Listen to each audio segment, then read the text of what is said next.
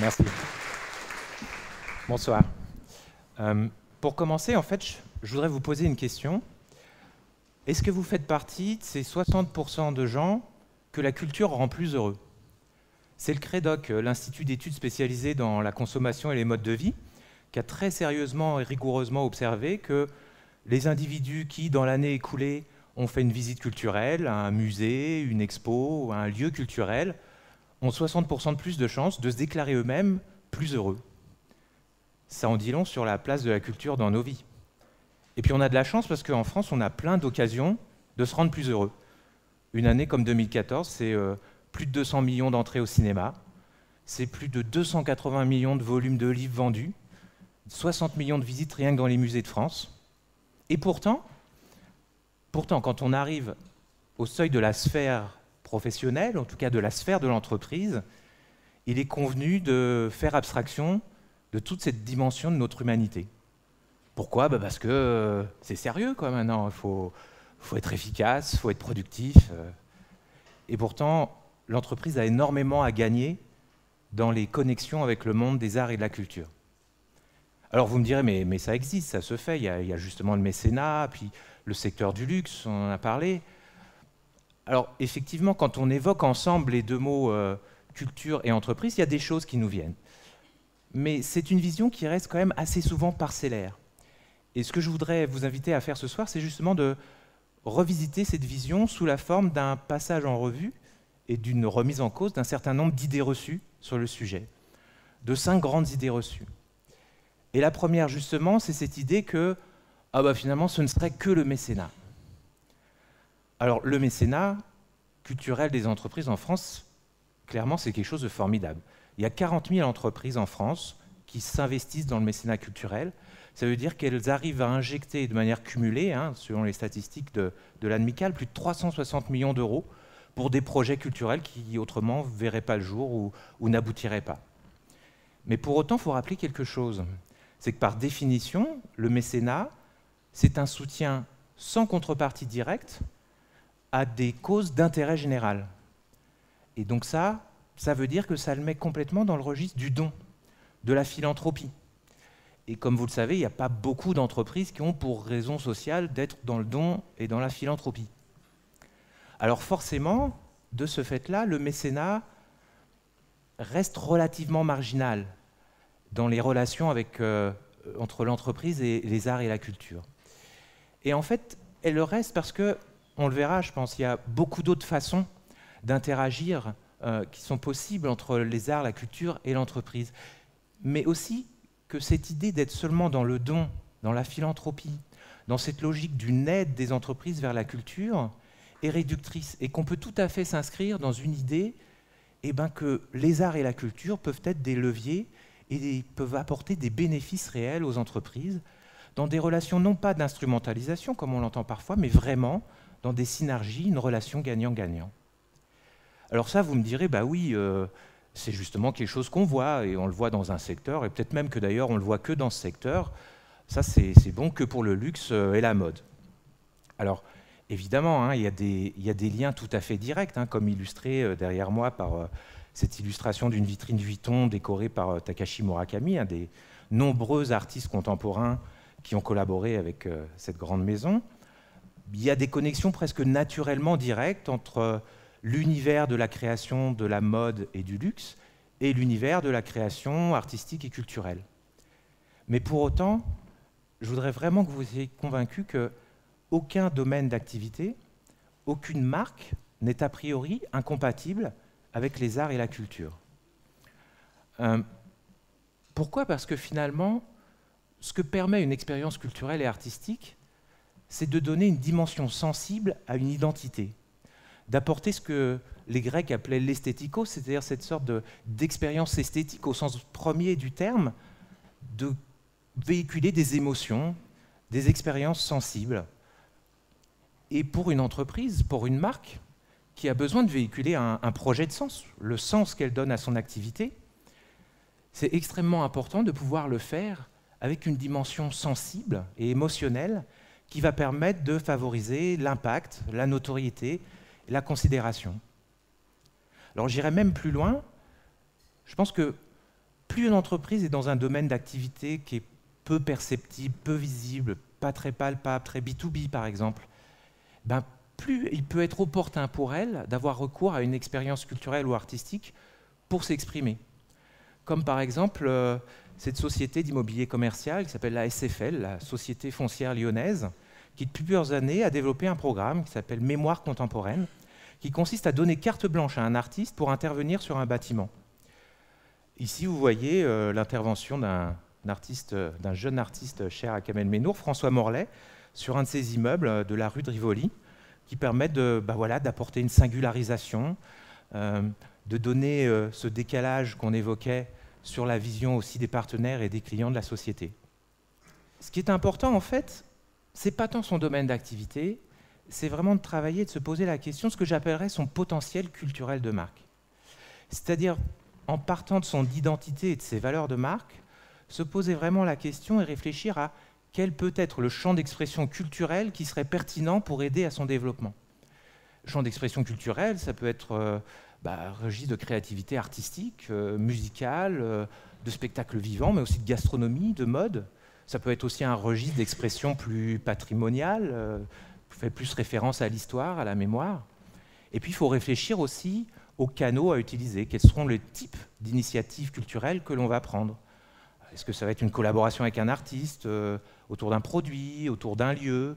Est-ce que ça va être la création d'un événement? Est-ce que ça va être lancer un projet ou un prix de marque? Il y a un champ de possibles qui est presque illimité. Et c'est pour ça que dans ce champ des possibles, ce qui est important, c'est de vraiment faire en sorte de créer cette sorte d'alchimie, ce moment où il y a une vraie résonance entre un univers d'identité, de marque et d'entreprise d'un côté, et un univers de références culturelles et artistiques de l'autre. Et que ces deux langages, finalement, se rencontrent et s'amplifient l'un l'autre. Quand, par exemple, chez The Art Marketing Company, on fait un projet pour une société comme Disney, qui consiste en une exposition puis une vente caritative intitulée « Le mal pour le bien », en demandant à des créateurs de tous horizons de finalement recréer un de leurs souvenirs d'enfance d'un film de Walt Disney, mobilisant des notions de bien et de mal. On arrive justement avec des exemples parmi d'autres comme ceci, un manteau de Cruella qui est revu par Chantal Thomas, à ce regard hypnotique, vous vous rappelez de l'affreux serpent K dans le livre de la jungle vu par l'artiste contemporain Lionel Estève, ou encore un miroir magique de sorcière par Laurent Pernaut. À chaque fois ici, on voit vraiment la rencontre entre un univers d'inspiration qui est celui des films de Walt Disney et vraiment un registre artistique, le langage de chacun de ces créateurs qui leur est propre et qu'on reconnaît bien quand on est familier de leur travail. Ça, c'est important parce qu'ici, on réussit vraiment à avoir cette synergie qui permet finalement une prise de parole de marque différente, décalée, qui va atteindre d'autres publics aussi. En l'occurrence, au service de la sortie d'un film, la sortie du film Maléfique avec Angelina Jolie il y a quelques mois. Alors ici, on va peut-être s'acheminer vers une autre idée reçue, c'est de se dire, ouais, effectivement, ça a l'air de fonctionner, c'est pas mal pour faire un coup de com', quoi, une OP comme ça, un peu isolée, qui va un peu résonner. Ça, c'est une double idée reçue. Double idée reçue parce que d'abord, restreindre le champ à la communication, c'est réducteur. Et puis faire abstraction de la notion de durée qui est importante, cette idée de faire un coup, c'est vraiment une erreur. Une illustration pour ça. Est-ce que vous reconnaissez ces messieurs? Il n'y a pas d'Auvergnat ou de Clermontois dans la salle? Parce qu'il s'agit des frères André et Édouard Michelin, les créateurs, il y a plus d'un siècle, du groupe de pneumatiques éponyme. Et puis aussi, sans a priori de savoir dans ces termes-là, de vrais grands prôniers du brain content culturel. C'est-à-dire de ce développement d'un contenu culturel destiné à servir au développement de la considération d'une marque. Et ici, je pense évidemment à tout ce développement des guides Michelin. Dès 1900, les frères Michelin sortent le premier guide sur la restauration et l'hôtellerie. Oui, parce qu'à l'époque, le parc automobile, c'est à peine quelques milliers de voitures. Si vous voulez développer l'univers du pneumatique, il y a intérêt à motiver un peu cette révolution et puis à rassurer sur le fait qu'à l'époque, c'était un peu l'aventure de partir en auto et que non, on pouvait se rassurer pour un voyage sans surprise, au contraire, plein de promesses de découverte, de bons moments à passer. Et c'est ce rôle que le contenu culturel de la marque Michelin a joué pendant des années, avec après la création des étoiles Michelin pour hiérarchiser les restaurants, mais aussi les guides verts qui sont venus accompagner les guides rouges, qui eux documentent vraiment les curiosités patrimoniales, culturelles, touristiques de différentes régions.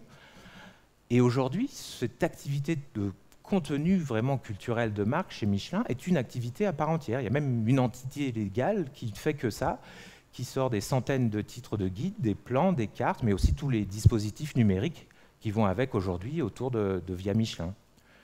Donc là, vous m'accorderez qu'avec cette expérience plus que séculaire, on n'est pas dans l'idée de juste faire un coup de com'. Et de fait, il y a beaucoup d'autres entreprises qui ont mis l'expérience culturelle ou artistique au cœur de leur développement ou de celui de leurs produits ou de leur marque, comme Absolut Vodka, comme les porcelaines Bernardo, Red Bull avec sa Music Academy.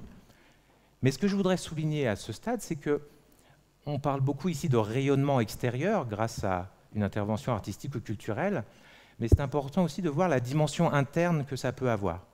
Comme dans cet exemple d'une simple PME française, société Doublet, qui est spécialisée dans le textile, et qui en fait, à travers son programme de mécénat de compétences, a conçu et produit les pochoirs dont le street artiste Jeff Aurosol a eu besoin pour faire cette grande fresque géante que vous connaissez peut-être.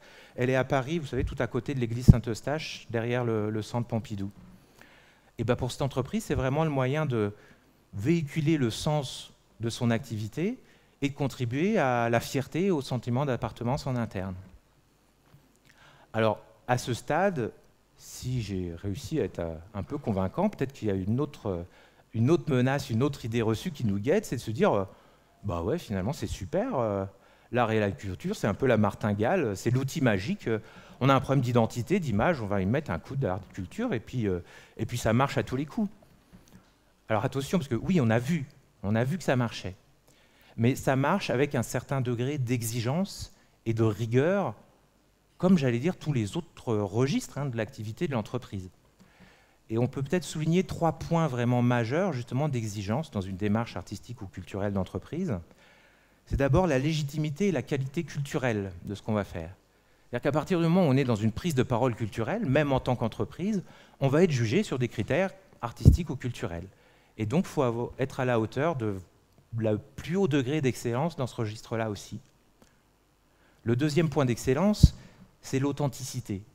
C'est d'être vraiment sincère et authentique dans cette démarche-là par rapport à tout ce qu'on fait d'autre, tout ce qu'on dit d'autre, tout ce qu'on exprime d'autre dans son identité d'entreprise. Et puis le troisième point, c'est un certain ancrage dans la durée et dans la cohérence de ses actions, pour que justement on ressorte vraiment comme l'entreprise comme un véritable acteur du champ culturel et d'expression qu'elle a choisi. Alors qu'est-ce qui se passe si on ne fait pas ça? C'est comme pour tout, il y a des retours de bâton. Le retour de bâton, alors à l'extrême, ça peut être ce que j'oserais appeler être un culte. Être un culte, c'est quoi? C'est manquer totalement de discernement sur finalement des signes ou des manifestations culturelles dont on ne voit pas du tout l'effet qu'elles peuvent produire, voire même le scandale qu'elles peuvent produire. Là, j'ai un exemple extrême, c'est par exemple chez Zara, qui l'année dernière nous a sorti cette magnifique création qui convoque à la fois l'étoile jaune et le pyjama rayé sur le même t-shirt. Grosse rechute, parce que quelques années avant, ils avaient déjà fait les sacs à main indianisants avec des vraies petites swastikas, des croix gammées dedans.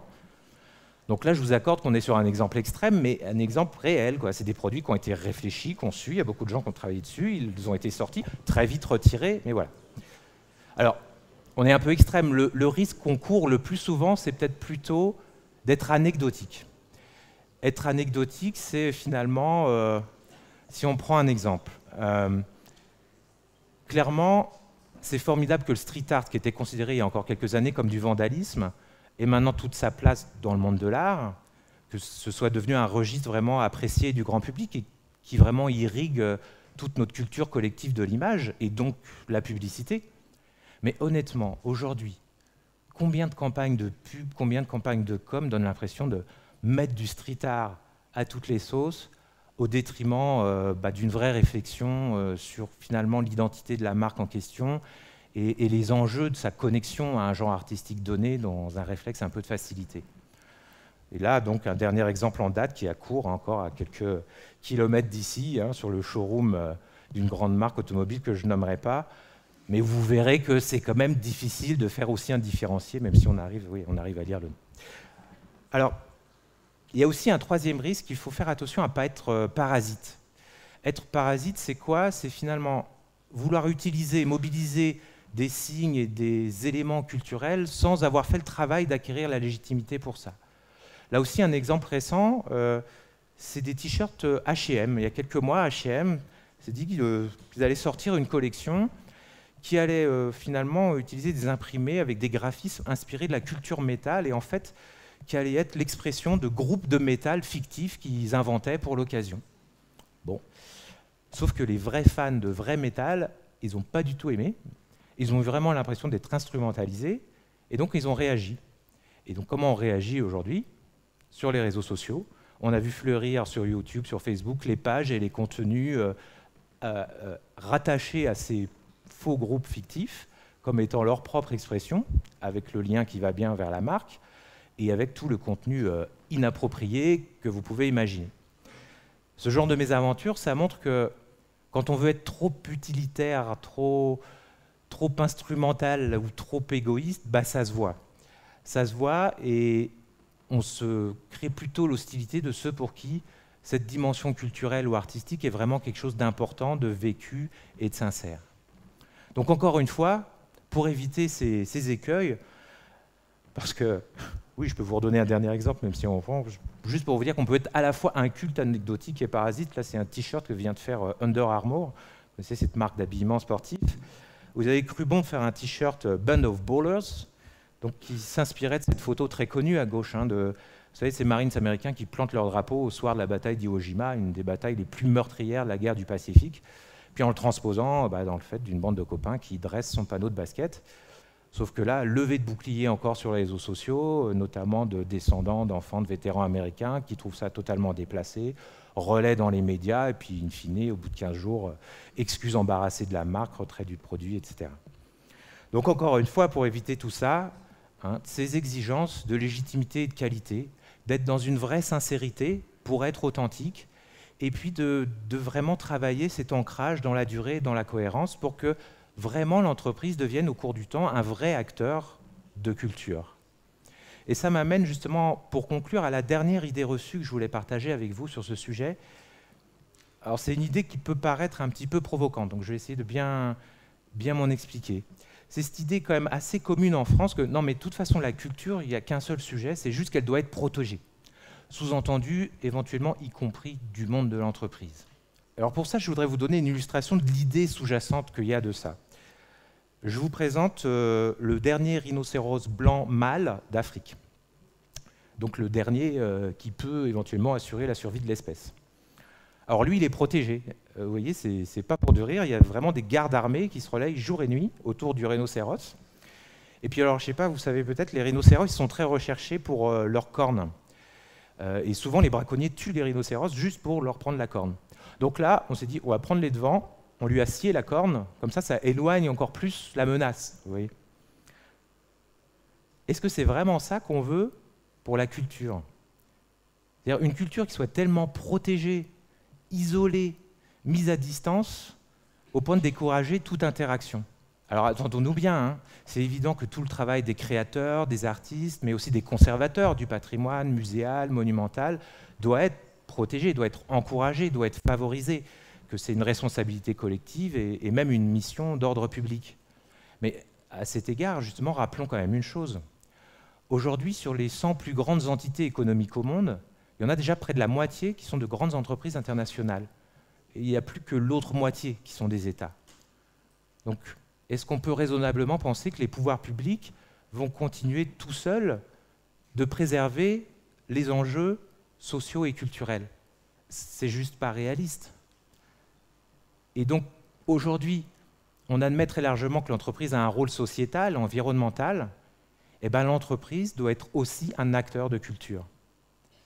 Et pour conclure sur cette conviction, qu'elle peut le faire en mobilisant en plus des leviers artistiques et culturels dans sa vie économique normale, je vais invoquer la figure tutélaire, incontournable de Steve Jobs, qui ne manquait pas une occasion de préciser qu'il situait lui-même son entreprise exactement au carrefour de la technologie et des arts, des humanités. Et pour tout vous dire, quand nous-mêmes, on a mis dans le nom de notre société les mots à la fois art et marketing, quelle suspicion ça a levé dans certains milieux. Mais ce que je voudrais vraiment, c'est être sûr que désormais, vous n'aborderez plus le seuil de l'entreprise en abandonnant votre dimension culturelle, mais qu'au contraire, vous serez vous-même intégrateur de culture. Merci.